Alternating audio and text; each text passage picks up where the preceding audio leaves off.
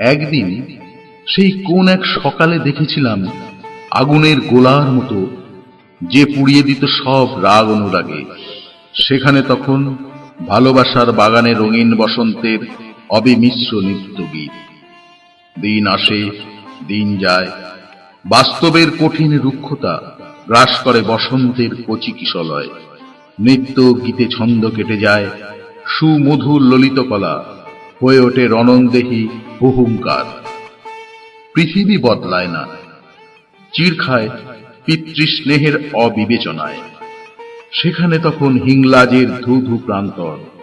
সে প্রান্তরে পথ খুঁজে ফেরে এক বৃদ্ধ, স্নেহময় পিতৃত্ব। অবকাশের ঝড় ছিন্ন ভিন্ন করে দেয় একদিন মৃত্যুর হিমশীতল গহ্বরে। হিংসুটে দৈত্য গা ঝাড়া দিয়ে ওঠে, ডাইনে বামে সবেতেই বিরক্তির বহিঃপ্রকাশ। ভালোবাসার বাগানে তখন ক্যাকটাসের বন।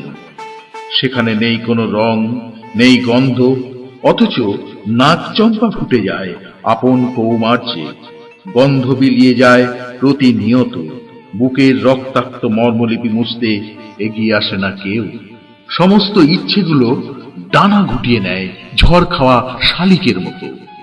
ডাইনে বাঁয়ে তাকাতে গিয়ে শুনতে পায় এক দূরদেশী বাঁশির সুর। সে যেন বলে, তুমি অসামান্যা, অনন্যা।